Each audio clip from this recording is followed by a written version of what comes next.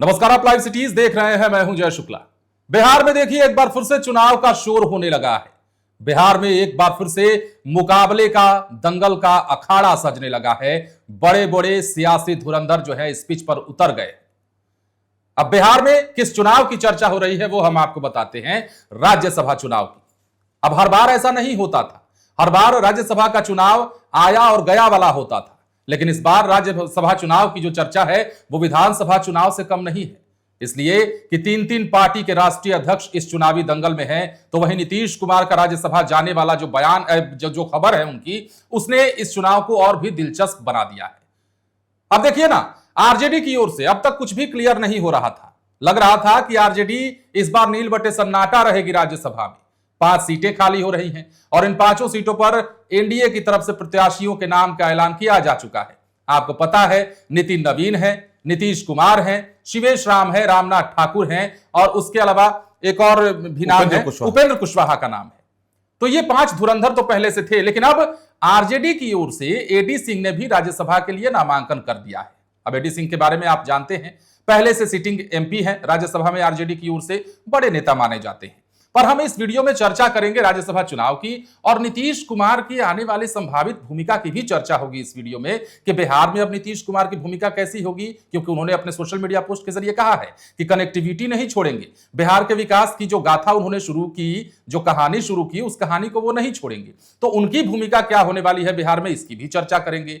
राज्यसभा चुनाव कैसे दिलचस्प होने वाला है, इसकी भी चर्चा करेंगे। अब कैसे, चूंकि छठवां कैंडिडेट भी निकलकर सामने आ गया आरजेडी का, तो अब वोटिंग ही मात्र एक चारा है। तो वो कैसे, क्या कुछ होगा और किस प्रकार के समीकरण इस बार बन रहे हैं, हमारे साथ इस वीडियो में चर्चा करने के लिए सीनियर जर्नलिस्ट रवि उपाध्याय जी हैं। सर, क्या कुछ सिनारियो बन रहा है? नहीं, देखिए, बिहार कोटे से राज्यसभा की 5 सीट खाली हुई है। यह नोटिफिकेशन भी 26 जनवरी को हो गया था चुनाव आयोग की ओर से, और आज लास्ट डेट ऑफ नॉमिनेशन है। तो ये 5 सीट की जो हम लोग बात कर रहे हैं, यह एनडीए फोल्ड से दिखाई पड़ रहा है कि 5 सीट उनका स्पष्टता के साथ मिलता हुआ दिखाई पड़ रहा है। लेकिन परेशानी का सबब तब हो गया जब सिटिंग एमपी राज्यसभा के एडी सिंह राष्ट्रीय जनता दल की ओर से दावेदारी पेश कर दिया। उन्होंने नामांकन कर दिया अपना। आज विधानसभा गए और प्रभारी सचिव हैं ख्याति सिंह, उनके समक्ष उन्होंने नॉमिनेशन पेपर अपना भर दिया। तो अब ऐसे में छठा उम्मीदवार ये हो गए आरजेडी की ओर से, और 5 आपने नाम पहले ही अनाउंस कर दिया, डिक्लेयर कर दिया कि 5 कौन कौन बड़े बड़े दिग्गज हैं इसमें। तो अब निश्चित रूप से जो अब सिनेरियो बनता हुआ दिखाई पड़ रहा है, इससे कहा जा सकता है कि अब जो है सो आपको चुनाव होगा 16 मार्च को। 16 मार्च को इसलिए चुनाव होगा क्योंकि अब छठा उम्मीदवार हो गया, और 16 मार्च का डेट भी डिक्लेयर चुनाव आयोग की ओर से किया गया था कि यदि इस तरीके की स्थिति परिस्थिति बनती है तो 16 मार्च को चुनाव होगा, और चुनाव 9 बजे से 4 बजे शाम तक होगा 16 मार्च को।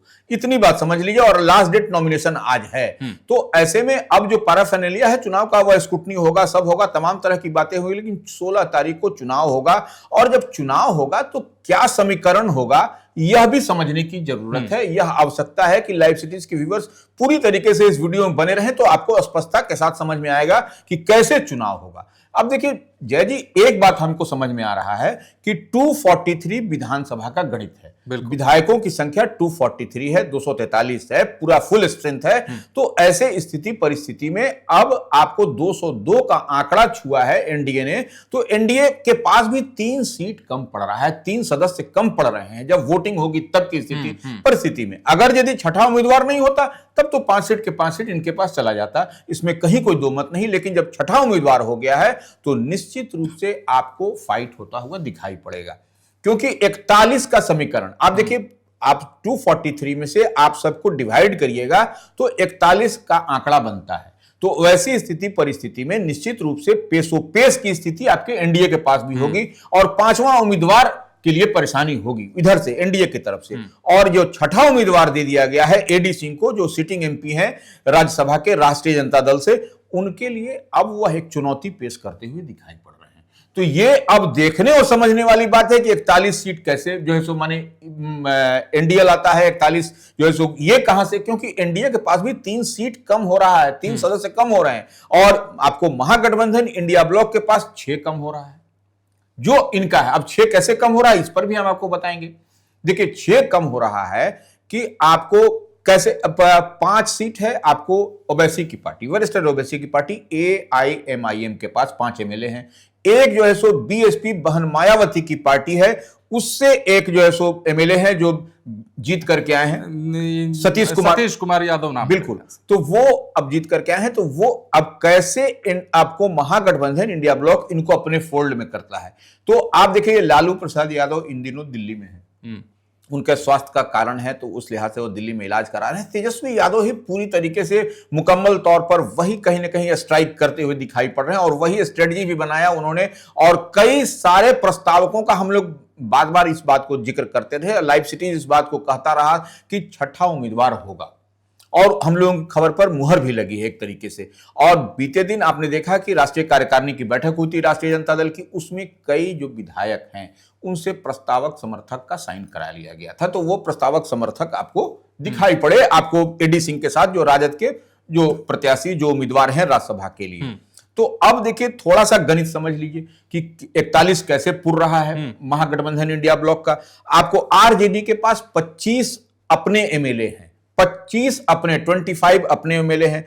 आपको आईआईपी इंडियन एक्सक्लूसिव पार्टी के जो आईपी गुप्ता हैं वो एक हैं, खुद जीते हैं, वो 26 हो गए। अब आइए बैरिस्टर ओवैसी की पार्टी AIMIM के 5 हैं, वो हो गए। अब एक है बीएसपी के बहन मायावती की पार्टी के, वो हो गए। कांग्रेस के 6 एमएलए हैं, वाम दलों के 3 एमएलए हैं। टोटल को आप जोड़ दीजिए तो 41 का आंकड़ा, ये भी 41 हो ही गए, ये भी 41 हो गए। तो अब निश्चित रूप से, लेकिन 41 हो गए, लेकिन एक बात मानना पड़ेगा कि ये बैरिस्टर ओवैसी की जो पार्टी है वह क्या साथ में आती है। हाँ, ये देखना बड़ा ये होगा, यही तो सबसे बड़ा पेंच है। क्योंकि देखिए बीते दिन हमारी बातचीत हो रही थी अख्तरुल इमान से, वह कह रहे थे कि हम लोग क्यों सेक्रीफाइस करें, वो क्यों नहीं, आरजेडी क्यों नहीं सेक्रीफाइस। यही बात चुनाव में भी चली थी, यही बात चुनाव में भी चली थी। अब देखिए सवाल यह है कि हम एक चीज और इसको डिकोड करना चाहते हैं कि देखिए बिहार विधान परिषद की एक सीट खाली हो रही है। तो ये जब अंदर खाने में जब बैरिस्टर ओवैसी की पार्टी से जब बात होती है या कोई डील होती है, तो उसमें यह भी निश्चित रूप से होगा कि हमको ठीक है राज्यसभा में आपको मदद कर रहे हैं, लेकिन एक सीट हमको उच्च सदन का, बिहार विधान परिषद का आप दीजिए। एक उच्च सदन हम आपको दिल्ली में दे रहे हैं, तो एक उच्च सदन बिहार पटना एमएलसी बना के भेजिए, एमएलसी बना के भेजिए। तो यह भी अंदर खाने में कहीं ना कहीं हमको जो लगता है यह डील निश्चित तौर पर यह बात हुई होगी, तभी होगा। और देखिए अब रहा बात की बहन मायावती की पार्टी जो बीएसपी है, बहुजन समाज पार्टी, उसके एमएलए निश्चित रूप से उनके लिए जरूरी और मजबूरी भी है। क्योंकि आप जो है सो जिस तरीके से कहा जाता था कि बैरिस्टर ओवैसी की पार्टी के बारे में कि वह भारतीय जनता पार्टी की बी टीम है, यह कई दफे सुनने को मिला है। लेकिन तो इस बात इसी जो है सो दाग को धोने की भी कवायद है, और फिर तो उनकी भी मजबूरी हो जाएगी अगर दाग धोने पे आएंगे तो। निश्चित रूप से देखिए वही दाग है कि आप भारतीय जनता पार्टी की बी टीम नहीं है बैरिस्टर ओवैसी की पार्टी, बताना होगा। तो बताने के लिए क्या करना होगा कि राज्यसभा में आपको आरजेडी को समर्थन करना, आरजेडी को जो इंडिया ब्लॉक कह लीजिए उसको समर्थन करना पड़ेगा पूरी मजबूती के साथ। 5 के 5 आपको आने पड़ेंगे। किसी को ये भी नहीं कि मान लीजिए 16 तारीख को वोट पोल हो रहा है और आपके विधायक किसी कारण से, स्वास्थ्य कारण से या अन्य कारणों से एब्सटेंट कर गए, तो वो नहीं चलेगा, आपको लाना पड़ेगा। स्ट्रेचर पर भी लाना है तो लाना है, बिल्कुल। हालांकि देखिए इसमें ऐसा कुछ नहीं है कि आपको बहुत कुछ करना है। थोड़ा सा अगर 41 का आंकड़ा पूरा दीजिएगा तो ये फिर लड़ाई बहुत नेक टू नेक फाइट आपको दिखाई पड़ेगी। इतनी बात हम लोग मान के और समझ के चल रहे हैं, तो ये आपको दिखाई पड़ रहा है। अब देखिए जेडीयू के पास में भी हम बता देते हैं क्या आंकड़ा है, माने जेडीयू कह रहे हैं, माने एनडीए के पास क्या आंकड़ा है। जेडीयू के पास में, जो एनडीए हम लोग कहते हैं, तो जेडीयू के पास में 85 है। आपको भारतीय जनता पार्टी के पास 89 है। लोक जनशक्ति पार्टी रामविलास जो चिराग पासवान की पार्टी है उसके पास 19 एमएलए हैं। अब आप चलिए हिंदुस्तानी आवाम मोर्चा जो जीतन राम मांझी जो नरेंद्र मोदी कैबिनेट में मिनिस्टर हैं, उनके पास 5 एमएलए हैं।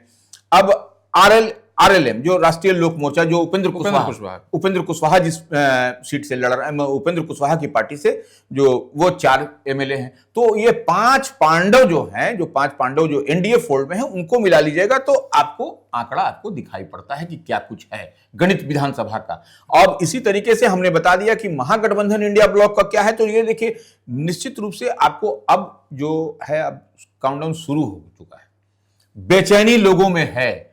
नीतीश कुमार को लेकर के आप जय जी जान रहे हैं कि सुबह से किस तरीके से मुख्यमंत्री आवास के इर्द गिर्द लोग विलाप कर रहे हैं, चिल्ला रहे हैं कि नीतीश कुमार हम लोगों के लिए बहुत कुछ किया, और निश्चित रूप से बिहार के लिए उन्होंने, और एक कार्य समझिए, इसको ऐसे हम लोग समझ लें कि एक कालखंड समाप्त हो गया, एक युग, नीतीश युग का अंत हो रहा है। बिल्कुल। और इसलिए बार बार ये बातें चल भी रही हैं, क्योंकि आपने छेड़ दिया है नीतीश कुमार की बात, तो हम बात कर लेते हैं। नीतीश कुमार को लेकर किसी ने आज से 5 दिन पहले तक ऐसा कुछ नहीं सोचा था, बिल्कुल, और किसी के मन में यह विश्वास दिला पाना भी बड़ा मुश्किल था कि नीतीश कुमार बिहार छोड़ेंगे, सीएम की कुर्सी छोड़ेंगे, और सीधा सीधा छोड़ने के बाद भी यहां नहीं रुकेंगे, दिल्ली चले जाएंगे।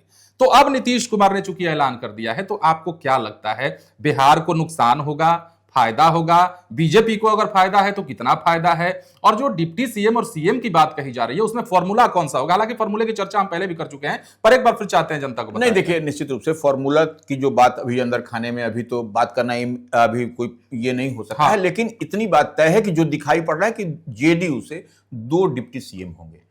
अब देखिए, एक जो चीफ मिनिस्टर अगर यदि भारतीय जनता पार्टी का बनता है तो 2 डिप्टी सीएम होंगे। उसके बाद देखिए, गृह विभाग को लेकर के भी उहापोह की स्थिति मची हुई है। क्योंकि नीतीश कुमार ने अंदर खाने कहा है, बिल्कुल होम चाहिए। बिल्कुल, तो देखिए, अब होम किसको मिलता है, नहीं मिलता है, पर्सनल डिपार्टमेंट किसके पास रहता है, तो ये सब कई सारे मसले मिसाइल हैं जिसको आपको आने वाले समय में, अब देखिए, इन लोगों का जो डेट ऑफ अपॉइंटमेंट होगा वो जैसे 10 अप्रैल 2026 को ये होगा, खत्म हो रहा है टेन्योर। तो अब तक जो एडी सिंह के बारे में भी हम कह रहे हैं, जो अराजक से उम्मीदवार बने हैं, वो अभी सिटिंग एमपी हैं। उपेंद्र कुशवाहा सिटिंग एमपी हैं। रामनाथ ठाकुर जो जेडीयू से नॉमिनेशन करेंगे वह भी सिटिंग एमपी हैं, और मंत्री भी है नरेंद्र मोदी कैबिनेट में। तो इतनी बात हमको समझ में आ रही है कि यह एक नया, एक तरीके से कुछ न कुछ हो रहा है, और बिहार के लिए निश्चित रूप से आने वाला समय कुछ देर तो बहुत ही गहमा गहमी का है। और एक बड़ी बात हमको यह दिखाई पड़ रही है कि एक कालखंड का नीतीश युग का अंत होता हुआ दिखाई पड़ रहा है। 21 साल के नीतीश युग का अंत होगा, लगभग 21 साल तो हो ही गए, बिल्कुल, क्योंकि 2005 के बाद से अब नीतीश कुमार ऐसे पहले सीएम रहे हैं जिन्होंने 10 बार शपथ ली है सीएम पद के तौर पर, और नीतीश कुमार मतलब ऐसा हो गया था कि बिहार के पर्याय बन चुके हैं। बाहर में भी कोई जाता था तो बात जब होती थी तो वह नीतीश कुमार वाला बिहार लोग करके बोलते थे, क्योंकि नीतीश कुमार ने इतने सालों में बहुत कुछ बनाया है, बहुत कुछ किया है। हमने पिछले वीडियो में सीनियर जर्नलिस्ट ज्ञानेश्वर के साथ चर्चा की थी और बताया था कि नीतीश कुमार को भुला पाना आसान नहीं है, और हमने उसका बाकायदा टेक्स्ट भी दिया था कि हम तुम्हें भुला ना पाएंगे। उसके पीछे कई कारण है। अब बिहार की सियासत किस प्रकार करवट लेती है, बिहार के सियासी सिनारियों में किस प्रकार बदलाव आता है, नीतीश कुमार के बिहार से जाने के बाद कौन सीएम होता है, कौन डिप्टी सीएम होता है, इन तमाम चीजों की चर्चा लगातार अभी कुछ घंटे, कुछ अगले दिनों तक शायद चलती रहे। पर इस बीच नीतीश कुमार को लेकर चर्चाओं के बीच अब आरजेडी से एडी सिंह का नॉमिनेशन किए जाना यह बताता है कि अब राज्यसभा में भी लड़ाई एनडीए के लिए आसान नहीं रह गई है। फिलहाल बने रहे लाइव सिटीज के साथ। धन्यवाद।